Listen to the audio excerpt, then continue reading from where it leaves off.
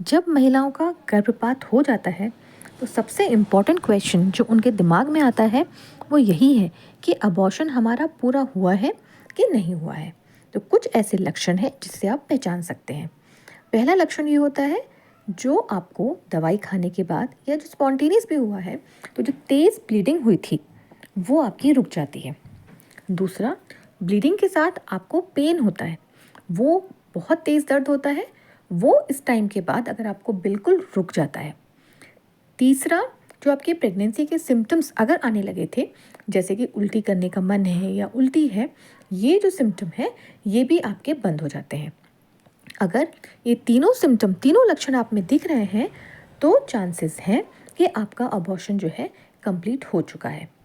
लेकिन अगर इसका उल्टा होता है कि आपको हल्की हल्की ब्लीडिंग हो रही है या आपको उल्टी का मन कर रहा है या आपको दर्द हो रहा है, तो चांसेस हैं कि आपका अबॉर्शन जो है वो पूरा नहीं हुआ है। इसके हिसाब से अबॉर्शन दो टाइप का हो गया, कंप्लीट और इनकम्प्लीट। दूसरा, हम तीन टाइप के अबॉर्शन और देखते हैं। पहला होता है स्पॉन्टेनियस अबॉर्शन। स्पॉन्टेनियस का मतलब होता है अपने आप, इसमें आपने कुछ नहीं करा है लेकिन किन्हीं वजहों से आपको ब्लीडिंग हो गई है और ये आपका अबॉर्शन हो गया है। दूसरा होता है मेडिकल अबॉर्शन। ये कुछ ऐसे कारण रहे हैं जिसकी वजह से आपको दवाई लेनी पड़ी और दवाई खा के उससे आपका अबॉर्शन हुआ है।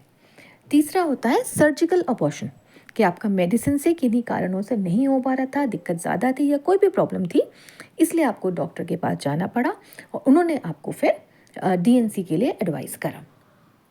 अब मेन क्वेश्चन है कि आपको अबॉर्शन के बाद ब्लीडिंग कितनी होनी चाहिए। देखिए, जो स्पॉन्टेनियस अबॉर्शन होता है और मेडिकल अबॉर्शन होता है, इसके बाद ब्लीडिंग जो है वो तेज़ होती है, यूजुअली 1 दिन या 2 दिन मैक्सिमम। इसके बाद ब्लीडिंग बंद हो जाती है या ब्लीडिंग आपकी कम हो जाती है। जब ब्लीडिंग होती है उस टाइम आपको तेज़ दर्द होता है, क्योंकि दर्द के साथ ही जो यूट्रस है वो आपके बच्चे को बाहर निकालता है। जो ब्लीडिंग होती है वो खाली ब्लीडिंग नहीं होती, इसके साथ आपको कुछ फ्लैशी सब्सटेंस या कुछ अ, अजीब सी चीज़ जो है वो देखने को मिल सकती है। इसके बाद क्या होता है, ब्लीडिंग कम होने लग जाती है, 1 या 2 दिन के बाद कम होगी या फिर बिल्कुल बंद हो जाती है। बहुत ऐसे केसेस भी आए हैं जिन्होंने दवाई खाई है, उसके 3-4 घंटे तक उनको तेज़ पेट में दर्द हुआ, ब्लीडिंग हुई, उसके बाद ब्लीडिंग रुक गई। और कुछ पेशेंट को हल्की फुल्की ब्लीडिंग 1 हफ्ते तक रहती है, लेकिन उसके बाद जो है ब्लीडिंग बंद हो जाती है। अब अगर आपको तेज़ ब्लीडिंग होती है, वो 2 या 3 दिन होती है, आपको लगे बहुत तेज़ है, दर्द बहुत तेज़ है, ऐसे में आपको एकदम अपने डॉक्टर के पास जाना चाहिए, क्योंकि हो सकता है आपको इसमें डीएनसी की ज़रूरत पड़े आपकी जान बचाने के लिए, क्योंकि ब्लीडिंग जो है वो आपके लिए भी खतरनाक हो सकती है, आपके खुद के लिए जो है वो जानलेवा साबित हो सकती है।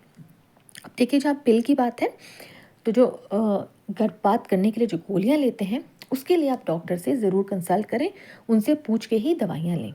अगर टाइम कम होता है, कुछ दिन चढ़े हैं, तो यूजुअली दवाइयों से 100% ये रिजल्ट मिलता है, यानी कि अबॉर्शन हो जाता है। लेकिन अगर जितना टाइम बढ़ता जाता है उतना इसका जो सक्सेस रेट है वो कम होता जाता है, यानी कि इनकम्प्लीट अबॉर्शन होने के चांसेस जो हैं वो बढ़ जाते हैं। और अगर इनकम्प्लीट है, आपने सिम्टम्स देख लिए, आपको डॉक्टर को इसमें जो है कंसल्ट करना पड़ेगा। अगर आप डीएनसी करवा रहे हैं अपनी या किसी वजह से हो रही है, तो ऐसे में ब्लीडिंग डीएनसी जैसी ख़त्म होती है तो ब्लीडिंग रुक जाती है और ज़्यादातर उसके बाद ब्लीडिंग नहीं होती है। किन्हीं पेशेंट में हल्की फुल्की स्पॉटिंग धब्बा जो है इसके बाद 1-2 दिन तक आ सकता है, या किसी में 1 आध हफ्ते तक मैक्सिमम चल सकता है। ये यूजुअली उन पेशेंट में देखा गया है जिनके पहले ऑपरेशन हुए होते हैं, या फिर इस टाइम जो उनकी प्रेगनेंसी है वो मोलर प्रेगनेंसी रहती है, यानी कि बच्चा सही से नहीं बना होता, उसमें अगर सफाई करनी पड़ती है, ऐसे में जो है ये दिक्कत हो जाती है। अब मान लीजिए आपको बीच बीच में 1 हफ्ते से ज़्यादा ब्लीडिंग या हल्के फुल्के धब्बे आए जा रहे हैं, पेट में दर्द भी हो रहा है, तो ऐसे में आप क्या करेंगे।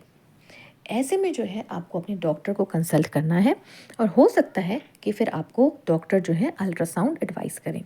अल्ट्रासाउंड होगा टीवीएस, यानी कि ट्रांस विजाइनल सोनोग्राफी। विजाइना से प्रोब डाल के देखा जाता है कि बच्चा है या नहीं है। इसमें अगर आपके अल्ट्रासाउंड रिपोर्ट में आता है आरपीओसी, यानी कि रिटेन प्रोडक्ट ऑफ कंसेप्शन, इसका मतलब अभी भी अंदर कुछ ना कुछ है जो कि निकालना पड़ेगा।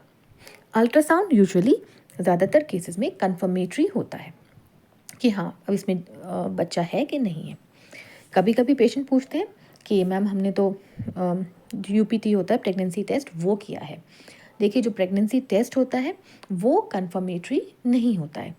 ये आपके अगर कंप्लीट अबॉर्शन भी हो गया है उसके बाद भी 3-4 हफ्ते तक ये आपका पॉजिटिव आ सकता है। पॉजिटिव का मतलब जो दूसरी वाली लाइन है वो दूसरी लाइन आपकी बहुत हल्की सी रहेगी, क्योंकि वो लाइन जो है आती है हार्मोन होता है beta HCG, human chorionic gonadotropin की वजह से। वो आपके यूरिन में कुछ लंबे टाइम तक रहता है, तो इसकी वजह से जो है दूसरी लाइन आपकी पॉजिटिव आ सकती है।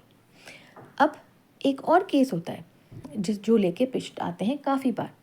इसमें क्या होता है, आपने एमटीपी पिल ली, चाहे आपने डॉक्टर से पूछ के ली या खुद ही ले ली, उसके बाद आपको ब्लीडिंग हुई, आपको पेट में पेड़ों में दर्द हुआ, 1 घंटा ब्लीडिंग हुई या 1 दिन ब्लीडिंग हुई, इसके बाद आपकी ब्लीडिंग बंद हो गई। आपको पूरा जो अगला महीना था पूरा महीना आराम से गुजर गया, ना ब्लीडिंग हुई ना पेट में दर्द हुआ। लेकिन आपको फिर जिस टाइम पे पीरियड आने थे उस टाइम पे पीरियड नहीं आए, आपने थोड़ा और वेट किया, 1 हफ्ता 2 हफ्ते और हो गए, तब भी आपको पीरियड नहीं आए।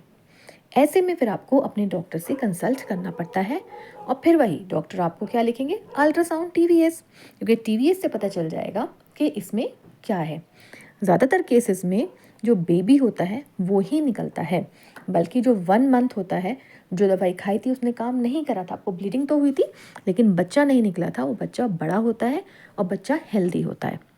और किसी किसी केस में ये वाला जो मंथ था, हो सकता है इसमें आप कंसीव करे हो तो उसकी वजह से बच्चा या फिर सैक वगैरह दिखता है शुरू में स्टार्टिंग में, या बेबी भी दिख सकता है। अगर आपको कोई भी क्वेश्चन पूछना हो आप पूछ सकते हैं। वीडियो अच्छा लगा हो तो इसे लाइक करें, शेयर करें और चैनल को सब्सक्राइब ज़रूर करें।